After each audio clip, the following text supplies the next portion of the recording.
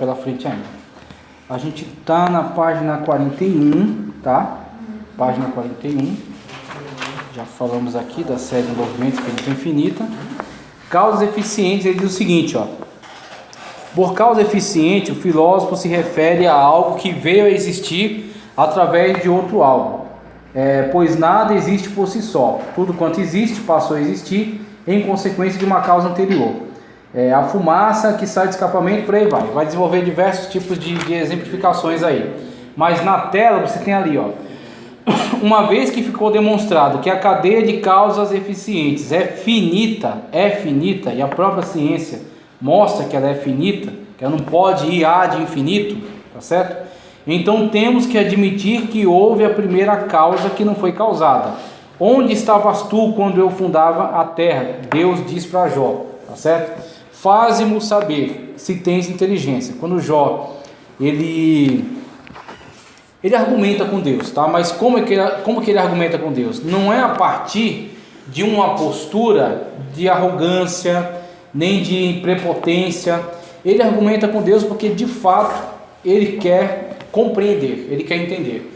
E aí onde Deus dá a ele essa oportunidade de mostrar a sua grandeza, dá a Jó a oportunidade de contemplar a grandiosidade de seu ser. Experiência essa que mudou, né, que o transformou completamente. Antes eu te conhecia só de ouvir falar, mas eu conheço agora, né, de contigo andar, de ter uma experiência pessoal contigo. Então é interessante que, como Jó teve essa experiência com Deus, também nós nos deparamos com a grandiosidade de Deus quando nós começamos a nos relacionar mais próximos dele. É quando começamos a entender um pouco acerca dessa argumentação colocada aqui, que é a causa eficiente. Então a causa eficiente nada mais é do que, para que você tenha todas as coisas que existem na atualidade, você tem que ter um ser que é maior do que todas elas. Você tem que ter um ser que as causa sem ter sido causado, tá certo? Um ser que seja o princípio para todas elas. E aí, quando você observa isso, você vê que nós somos muito pequenos, que é exatamente a sensação que Jó teve. Jó, quando se deparou, onde estavas tu quando eu fundava a terra, quando eu guiei a ursa maior, quando eu criei o Behemoth, quando eu criei o Leviatã, e por aí vai, né? Seres extraordinários, né? Aí dá descrições sobre a terra, dá descrições sobre o mar, né? Pôs limite ao mar, né? As suas ondas empoladas, para que venham até aqui e não mais. Leis são leis que governam o universo, que estabelecem a ordem das coisas, porque elas são assim e não de outro jeito. Por que a Terra está aqui e não está lá? Por que ela gira para esse lado e não para o outro? Por que tem esse satélite que está em volta dela? Né? Leis que estabelecem estes movimentos, que estabelecem, né, essa possibilidade de existência. Sem essas leis, nada feito. Sem essas leis, nós estaríamos todos imersos em caos e não existiríamos, não estaríamos aqui. Não haveria possibilidade de nossa existência. Então, quando Jó ele é posto diante disso, diante dessa grande apresentação, eu penso aí Deus com um maior aparelho de data show que alguém poderia adquirir, e apresentando para Jó todas essas perspectivas, né, essas imagens, todos esses eventos que estavam muito antes dele, né, antes da sua existência.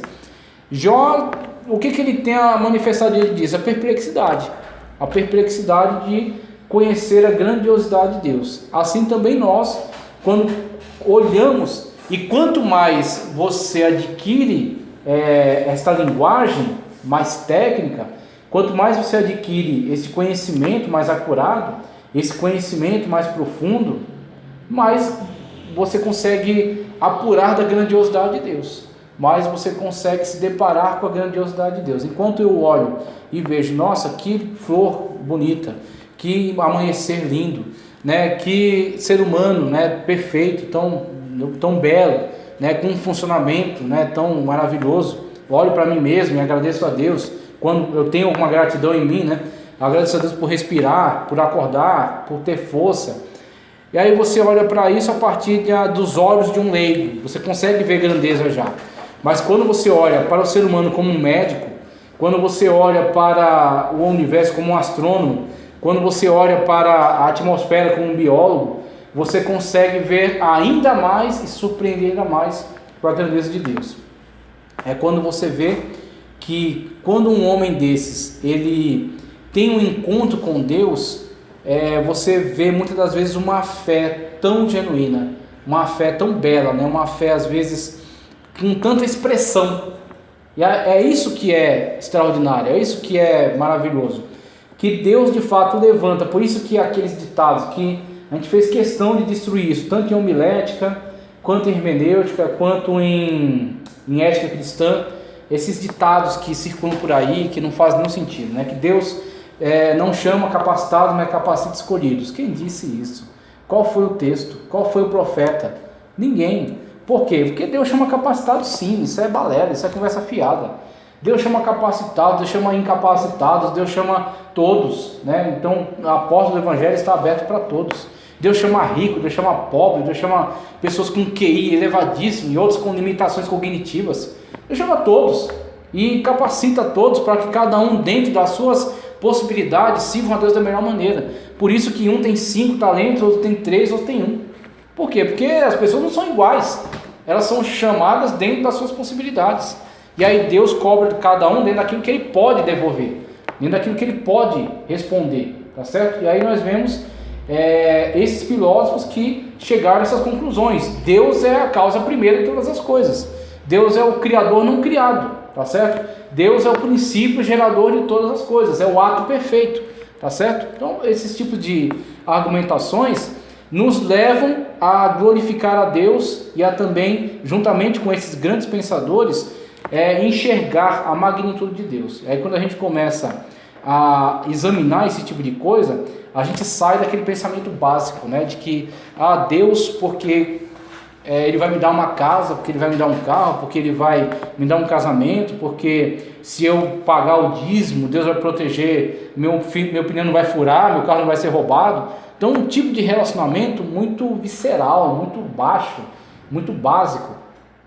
Tanto que Paulo fala que uns esperam em Cristo somente para esta vida, e estes são os mais miseráveis. Porque o relacionamento que ele estabeleceu com Deus, muito baixo. Aí você está vendo alguém tentando estabelecer um relacionamento de troca com Deus, e Deus olha para esta insignificância, que é menos que uma gota de água num balde, é menos que um grão de areia no deserto, né, de todo o universo, e fala, qual é a negociação que a gente vai estabelecer aqui? Eu vi uma igreja, certa vez, estabelecer uma maluquice de um contrato com Deus, no qual você é sócio de Deus. Vocês lembram disso aí, né? E eles levantavam, eu penso nos anjos, sabe? O anjo mais ralé, mais peba do céu, olhando e falando, coitado, né? Na hierarquia, né? Você tem os serafins que estão lá dizendo santo, santo, santo, em volta de Deus. Você tem os querubins, arcanjos, né? Os anjos que são mensageiros de modo geral. O anjo mais peba, tá certo? Nesses níveis hierárquicos, olhando para as pessoas, abandonando um papel para cima, dizendo, nós temos um contrato com Deus, nós somos sócios de Deus. Qual é a contrapartida? Qual é a contrapartida? Um sócio estabelece uma relação. Exatamente. Quando você olha esse tipo de coisa, exatamente. Mas o povo que compra, né? Sim, pois é. Então, da parte de Deus, o que eu estou colocando na mesa? Tudo, toda a criação. Da sua parte, aliás, você não pode, porque até você é meu. Então, essa relação não existe de sociedade. Por quê? Porque não existe esta parte e a outra, só existe uma, que é o Criador de todas as coisas. Até o diabo é de Deus, como acho que foi Lutero que disse, até o diabo é diabo de Deus. Por quê? Porque ele ser criado por Deus. E aí quando a gente começa a entender isso, você começa a entender quem é você e quem é Deus. Essa que é a grande pegada da coisa. Conhecereis a verdade, a verdade é liberta de toda Aí, vocês expostos a esse tipo de conhecimento, qual é a pregação de vocês? É uma pregação que vai exatamente contra a teologia chamada teologia positivista, por exemplo. Uma teologia, não é o positivismo filosófico, que nasceu na França, mas é uma teologia que começa a manipular alguns conceitos bíblicos de forma equivocada, que nasceu com Phineas King nos Estados Unidos, que a nossa palavra tem um poder próprio e criativo, que nós somos pequenos deuses porque somos filhos de Deus, que foi exatamente o aproveitamento de certas ideias pagãs trazidas para dentro da teologia, tanto que esse Phineas nem cristão era essa coisa.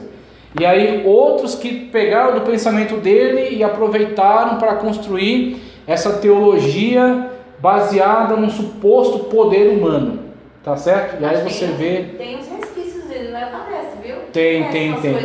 Vez ou outra alguém aparece com essas ideias. Umas coisinhas, tem uns resquícios, tem uma sobrinha que... Exatamente.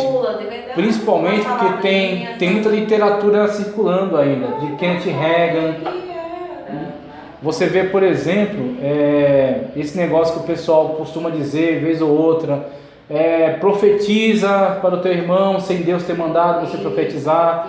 Aí profetiza sobre essa situação, declara, exatamente, esse tal de se declara. Esse declara é como se a partir das suas palavras as coisas fossem geradas. Inclusive, um anúncio que eu vi na rádio, para vocês não faltarem no culto, porque o apóstolo vai liberar a palavra rema, que é a palavra criadora. A minha palavra é só uma verbalização de sons. Então, se eu falo em português, faz algum sentido em português, mas não para o grego. Então, minha palavra é som, é barulho. A palavra de Deus é palavra criadora. Deus fala e aquilo que Deus falou existe. Passa a existir a partir daquele momento no qual Ele falou. Então, a palavra de Deus cria as coisas. Agora, os caras querem pegar atributos incomunicáveis de Deus e supostamente afirmar que eles dominam esses atributos, que eles têm esses atributos, que Ele fala e as coisas acontecem. Aqui mesmo já ouvi um camarada que disse: está faltando arroz no seu armário, feijão, profetize para o teu armário. Como se ele fosse profetizar e as coisas fossem por causa de um poder mágico na palavra dele. Isso aí não é cristianismo.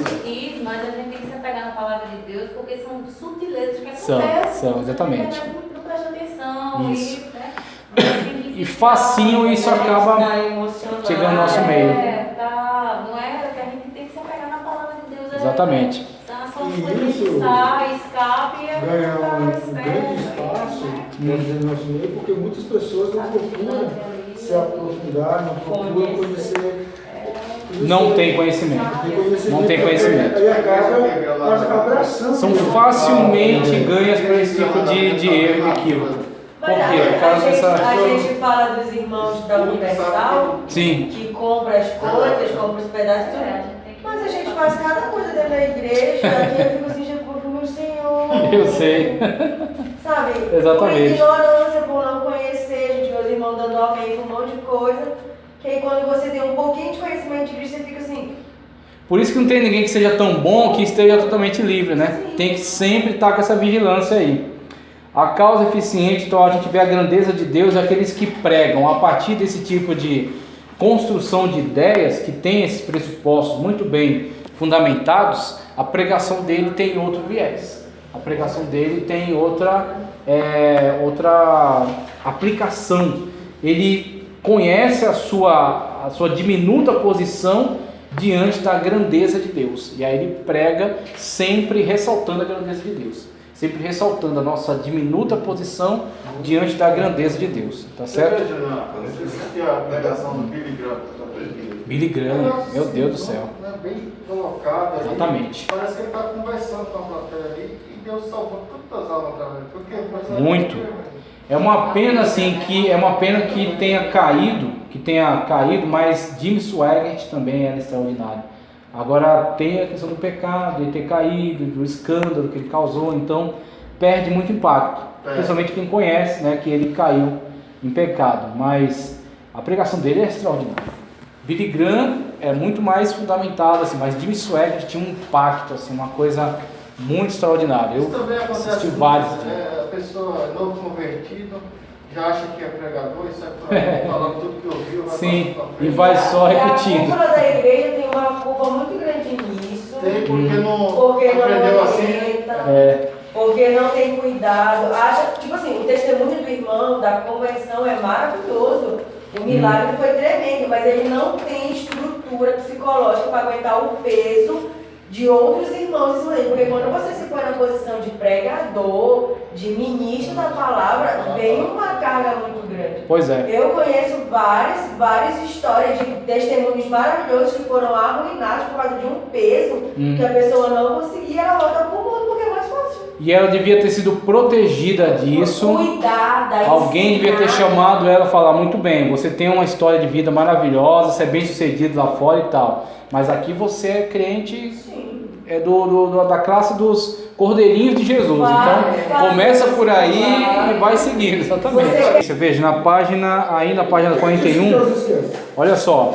Se tudo que Deus faz está escrito no Pois é. livro. Tudo que existe nem sempre existiu e passou a existir por causa de algo, sendo necessária a existência de um ser não contingente. Aí esse contingente tem coisas que são necessárias e coisas que são contingentes. Então, a única coisa que é de fato verdadeiramente necessária é aquela que causa todas as demais. Então, é um argumento que caminha na mesma lógica do causas eficientes, que a contingência é algo que é verdadeiramente necessário e algo que é contingente. Se é contingente, é porque ela não é a causa primária. Então, ela veio de outra. Enquanto você consegue achar a origem dela, não, isso aqui veio aquilo ali veio do outro. Pronto, então todas são contingentes, todas precisam de uma causa primária. Então, quando você recua nisso, você chega ao único ser que é absolutamente necessário. E o único ser absolutamente necessário é Deus. E aí, sempre nessa argumentação, sempre nessa lógica, compreendendo, né, toda a grandeza de Deus, compreendendo todo o alcance, né, desse estudo acerca de Deus. Sistema de gradação, que é aqui a página 42, vê o que está na tela. Como observado por Aristóteles, vivemos em um mundo de gradação de perfeições onde tudo é relativo e demanda por uma absoluta perfeição. Tal grau máximo de perfeição só pode ser encontrado em Deus. Toda boa dádiva, olha o texto, que texto maravilhoso, Tiago. Toda boa dádiva e todo dom perfeito vem do alto, descendo do Pai das luzes, em quem não há mudança, ele não sofre interferência dessas variações, né, dessas gradações, nem sombra de variação. Por quê? Uma vez que ele é eterno e é perfeito, não há mudança nele, não há variação. E é onde você olha para todas as coisas, e a partir da perspectiva de Aristóteles, as coisas têm graus de perfeição e têm imperfeições. E aí você vai em uma ascensão de seres mais complexos, mais perfeitos, né? Seres essenciais, chegando até o ser último, que é o pináculo de toda perfeição, né? O máximo de toda a necessidade, né? O ser necessário por excelência, que exatamente nos conduz ao texto de Tiago. Você vê, todo dom perfeito vem do alto, vem de Deus, onde não há mudança nem sombra de variação. Se houvesse mudança, é porque ele não alcançou ainda o nível de perfeição e está num processo evolutivo, como dizem aí os mormons, que Deus vai evoluindo ao longo dos séculos. Então os mormons creem num Deus que não é o mesmo Deus que nós cremos, não é o mesmo Deus bíblico. Por quê? O Deus bíblico, conforme Tiago, não há nele mudança. Ele é perfeito e ele é eterno, tá ok? É nesse nível que nós temos que pregar e pensar acerca de Deus. O argumento teleológico da página 43, de telos, finalidade, desenvolvido primeiro por Aristóteles e depois utilizado pelos cristãos. Sistema que busca a finalidade na existência do que se chama em grego cosmos, ordem de beleza, e em latim mundus, puro. E assim como afirmava Voltaire, se o relógio prova a existência do relojoeiro, o universo prova a existência de quem o criou. Voltaire, que era um crítico ácido da igreja, ele era um crítico terrível, né, do cristianismo, mas se rendeu a esse princípio lógico. O relógio me fala da inteligência do relojoeiro, que criou aquele sistema. Assim também, se para um sistema micro você pensa facilmente no Criador, e num sistema macro, que é o sistema do universo, e aí, obviamente, isso me fala, né, da existência de Deus. É onde você tem esta questão muito lógica, né, colocada aqui em relação ao telos. Então, se há telos, se há finalidade, se há nas coisas um princípio de funcionamento, há com certeza uma inteligência que desenvolveu aquela finalidade, que colocou aquele fim naquele sistema biológico, por exemplo, do homem, né? Conforme a irmã Ana mesmo falou, conforme a Débora até podia falar também de uma forma muito mais abrangente sobre essa questão biológica, da matéria, né? da célula, das transformações, do código, né? Do genoma humano. Então, quando você olha para esses sistemas e vê nele funcionamento, ele não se autodeterminou a esse funcionamento. Ele não se autodeterminou a essa forma de funcionamento. Então, há uma inteligência declarada ali. Há uma inteligência que, de fato, ordenou aquele funcionamento perfeito. Inteligência ordenadora ou governo do mundo. Veja só. É a página 45 já. Página 45. Vimos aí o telos, né? A questão do sentido. Agora, inteligência ordenadora ou governo do mundo. Esse argumento é um complemento. Deixa eu ver aqui no tempo. Vamos lá. Esse argumento é um complemento do argumento teleológico. Enquanto o primeiro trata dos desígnios da natureza, este trata da ordem da natureza que age como que obedece uma inteligência orientadora. É fato notório para todos nós que, embora falte inteligência nas criaturas irracionais, elas sempre se movimentam em busca de uma finalidade certa. Movimentam-se como se tivessem inteligência. Até mesmo as coisas inanimadas, tais como planetas, satélites, seguem uma órbita tão precisa,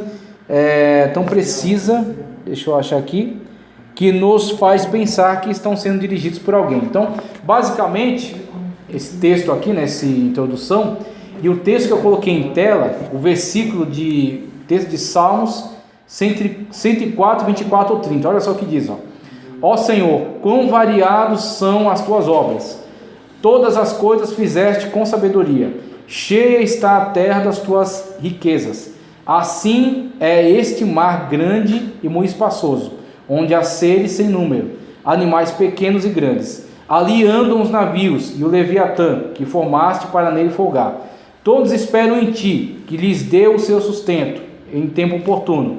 Aqui é extraordinário, presta atenção, dando-lhes tu, eles o recolhem, abres a tua mão e se enche de bens, escondes o teu rosto e ficam perturbados, se lhe tiras o fôlego ou o espírito, morrem, o sopro divino, morrem e voltam para o seu pó, envias o teu espírito e são criados, e assim renovas a face da terra. Isso aqui em kinematologia, eu abordei a perspectiva, muitas das vezes a gente acaba não chegando até ela, a perspectiva de que o Espírito Santo, ele é importante não somente no âmbito particular, de convencimento do indivíduo, ele é importante, mas não somente nesse, de condução da igreja, por exemplo, né, conduzindo a igreja, sendo paráclito, sendo nosso consolador, muito bem, tudo isso é muito importante.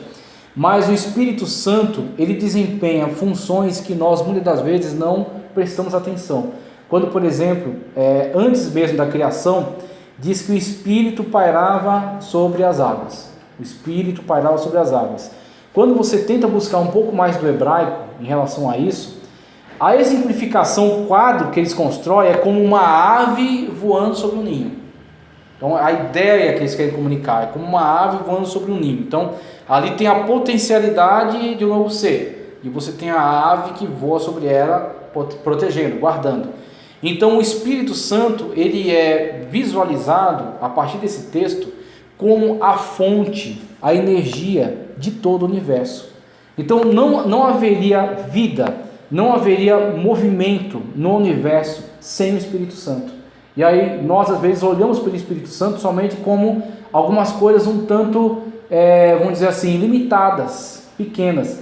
E quando você se depara com esse texto e você começa a estudar teologia e você vê na razão teleológica, né, o sentido que está dentro das coisas e essa questão de inteligência ordenadora e governo do mundo, aí você vê, ali é micro, o telos, sentido dentro das coisas. As coisas têm um sentido e se conduzem por ele. Uma inteligência deu. E macro, você pega agora essas pequenas inteligências e vê elas funcionando junto. Você vê tudo funcionando de forma concatenada, tá certo? De modo que você perceba ali uma inteligência. Quem é essa inteligência? Eu digo para você, sem errar, o Espírito Santo é a inteligência que movimenta todas essas coisas. E o salmista, ele contempla isso de forma muito fácil. Ele diz, retiras o teu espírito elas voltam ao caos. Elas entram num processo de degradação total. Por quê? O Espírito, ele é tanto convencedor do pecado, da justiça e do juízo, quanto ele é também o animador, o ânima de todo o universo, de toda a matéria. Tanto que o Espírito Santo de Deus, ele atua não somente sobre aqueles que são crentes e salvos na pessoa bendita de Cristo, ele atua sobre tudo. Se alguma pessoa, mesmo ateu, mesmo satanista, mesmo o mais terrível do homem, se ele demonstrar algo bom, não veio dele, veio do Espírito Santo de Deus, veio desse ânima, veio desse sopro divino que está aí no resquício nesse homem. Por isso que ele não é totalmente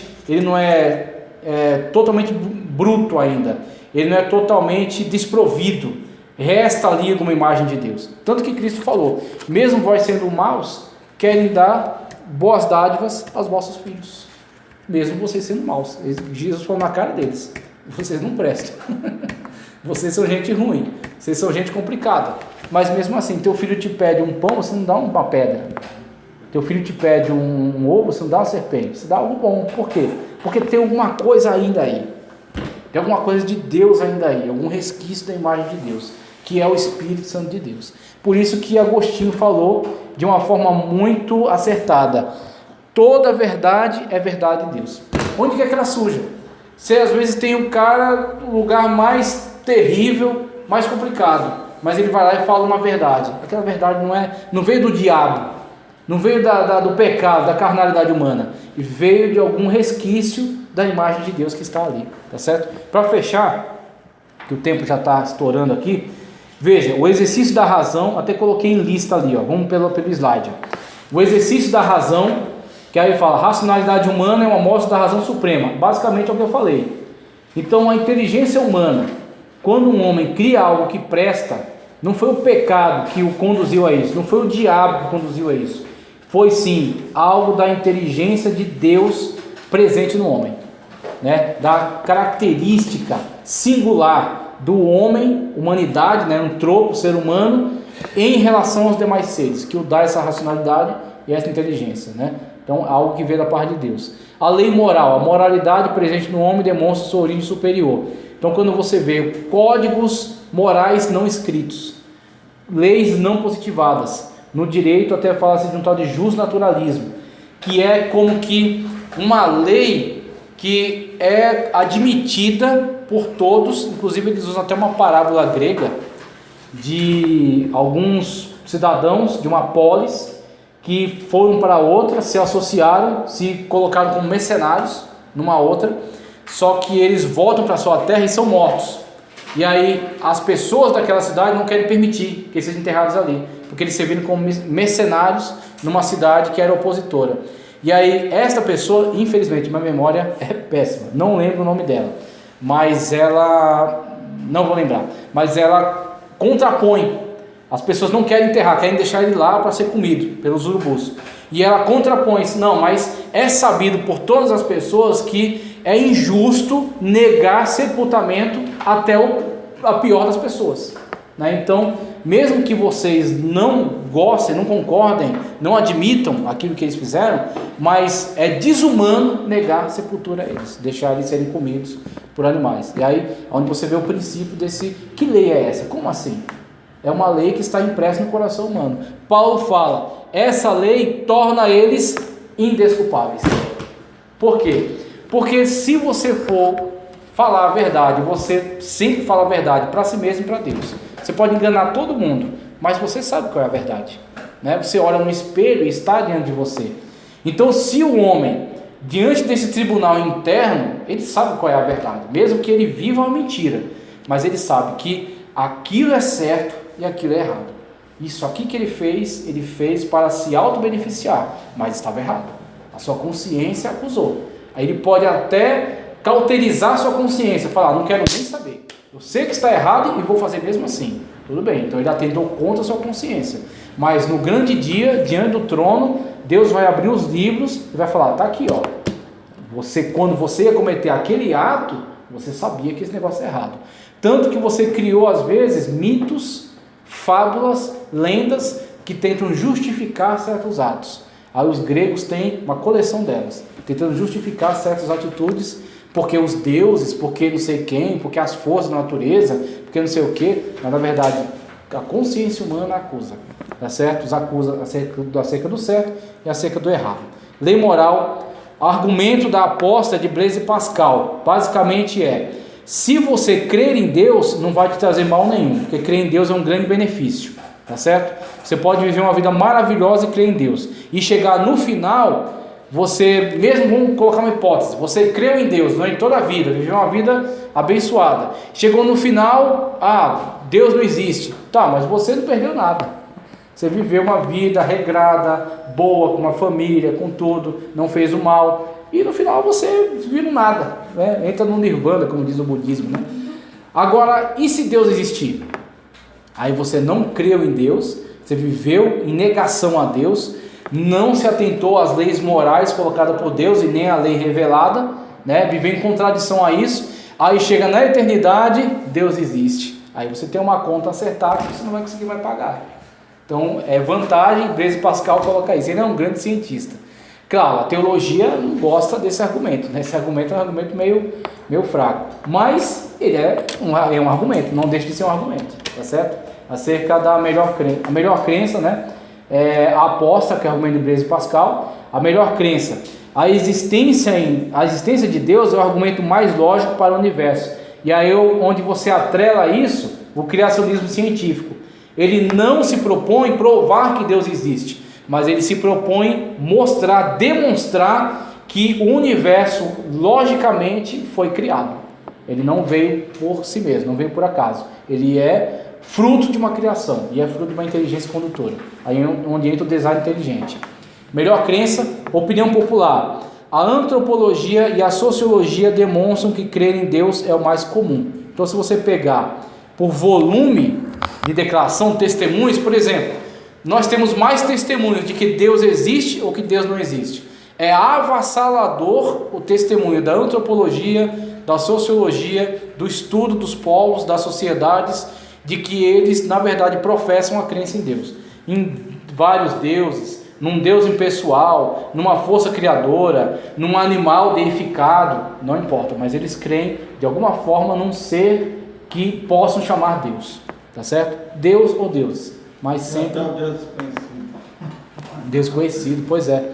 Religiões, fechou o capítulo 2 com religiões, a gente passa para o capítulo 3 no sábado. Aos fenômenos e a esperança religiosa, você tem aí uma grande carga de informações religiosas. Quando a gente coloca esse argumento, a gente não está nem preocupado em dizer se essas religiões, se elas estão certas, se elas estão erradas, se elas são absurdas. Não é essa a questão. A questão é, por que tanto livro religioso? Bíblia Sagrada, Alcorão, Bhagavad Gita, os Avestas do Zoroastrismo, Mahabharata, Ramayana, por aí vai. Uma coleção gigantesca. Por que tanto livro?